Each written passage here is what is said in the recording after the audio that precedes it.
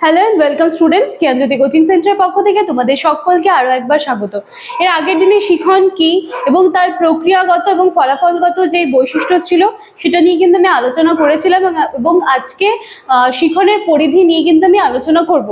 আলোচনার বিষয় বা ক্লাস শুরু করার আগে আমি তোমাদের একটু বলে নিতে চাই, তোমরা যারা তোমাদের থার্ড সেমিস্টারে আমাদের জ্ঞানজ্যোতি কোচিং সেন্টারের সাথে যুক্ত হতে চাইছো বা তোমাদের যা সিলেবাস তোমাদেরকে প্রোভাইড করা হয়েছে সেগুলো নিয়ে যদি আমাদের কাছে পড়তে চাইছো, তার জন্য কিন্তু তোমাদের সকলকে আরো একবার ওয়েলকাম। আমাদের সাথে সরাসরি যুক্ত হতে গেলে তোমাদেরকে এখানে কর্নারে দেওয়া দুটি নাম্বারের মধ্যে যে কোনো একটি নাম্বারে কিন্তু যোগাযোগ করে নিতে হবে। এই নাম্বার দুটি হলো আমাদের জ্ঞানজ্যোতি কোচিং সেন্টারের অফিসিয়াল হেল্পলাইন নাম্বার। এখানে কল করলে তোমরা অ্যাডমিশন হয়ে যেতে পারবে বা তোমাদের কোর্স নিয়ে যদি কোনো কনফিউশন থাকে বা সাবজেক্টস নিয়ে যদি কোনো ডাউটস থাকে, তাহলে সমস্তটা কিন্তু তোমরা এখানে একটু কাইন্ডলি একবার কল করে দেখে নিতে পারো। ঠিক আছে, কথা না বাড়িয়ে আমি আজকে আলোচনার বিষয়টা শুরু করছি। দেখো, শিখনের পরিধি। এবার আগের দিনে যখন আমি শিখন এই বিষয়টা আলোচনা করেছিলাম তখন কিন্তু জেনেছিলাম যে শিখন কিন্তু জন্ম থেকে একেবারে মৃত্যু পর্যন্ত চলতে থাকে, ধারাবাহিকভাবে চলে। তার মানে যখন একটা জিনিস একেবারে জন্ম থেকে মৃত্যু পর্যন্ত ধারাবাহিকভাবে চলছে, তাহলে তার যে পরিধিটা আছে সেটা নিশ্চয়ই সংকীর্ণ হবে না। ঠিক আছে, তার পরিধি কিন্তু নিশ্চয়ই ব্যাপক হবে।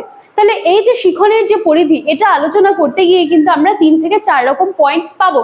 পয়েন্টসগুলো আমি লিখিনি, আমি মুখেই বলছি, একটু ভালো করে শুনে নেবে। ঠিক আছে, প্রথম পয়েন্ট রয়েছে জীবনব্যাপী শিক্ষা।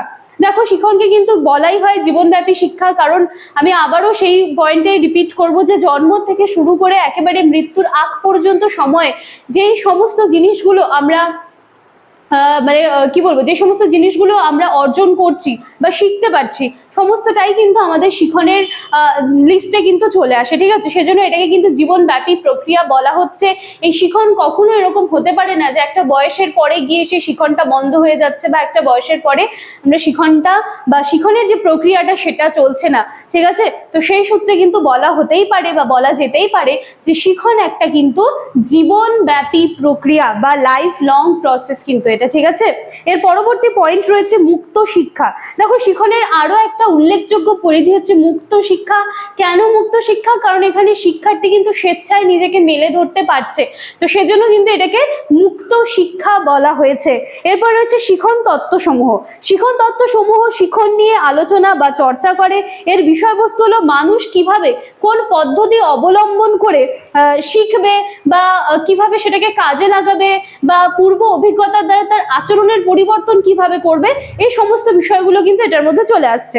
আচ্ছা, এরপরে হচ্ছে শিখন বিষয়বস্তু তৈরি। তার মানে শিক্ষার্থীদের জন্য যথাযথ শিখন বিষয়বস্তু তৈরির ধারণা পাওয়া সম্ভব হয় এবং শিখন কিন্তু মানে শিখন কিন্তু এই ধারণা থেকেই কিন্তু আসে। ঠিক আছে, এটা একটা পয়েন্ট। এবং লাস্ট পয়েন্ট রয়েছে শিখনের ধরন। এখানে বলা হয়েছে যে বিভিন্ন ধরনের শিখন সম্পর্কে জেনে শিক্ষার্থীদের শিখনে কিন্তু সাহায্য করা যেতে পারে। তার মানে শিখন যে ব্যাপারটা রয়েছে সেটা তো সব ক্ষেত্রেই আমরা দেখতে পাই, তাহলে শিক্ষার্থীদেরকে যখন আমরা সেই বিষয়টায় সাহায্য করব বা সেই বিষয়ে যখন আমরা তাদেরকে জানাবো যে এই জায়গায় এই সমস্ত শিখনগুলো হওয়া সম্ভব রয়েছে, তাহলে কিন্তু আগে নিজেদেরকে সেই শিখনগুলোকে ভালো করে জানতে হবে এবং তারপরে কিন্তু সেটা শিক্ষার্থীদের মধ্যে আমরা ডেলিভার করে দিতে পারবো। তো এই ছিল আজকে তোমাদের শিখনের পরিধি। এর পরবর্তী দিনের ক্লাসে কিন্তু আমরা তোমাদের অপারেন্ট কন্ডিশনিং বলে দেওয়া আছে তোমাদের সিলেবাসে, সেটা নিয়ে কিন্তু আমরা আলোচনা করব। ভীষণ ইন্টারেস্টিং সেই টপিকটা হবে। পরের দিনে যখন আমি ক্লাসটা নেব, দেখবে ক্লাসটা শুনবে, ভীষণ ইন্টারেস্টিং সেই টপিকটা। চলো, আজকের ক্লাস কিন্তু এতটুকুই থাকছে। শিখনের পরিধি খুব ভালো করে একটু শুনে নিও। আমি কিন্তু আর বোর্ডে কিছু লিখিনি আজকে, ভীষণ আস্তে ধীরে বলার চেষ্টা করেছি।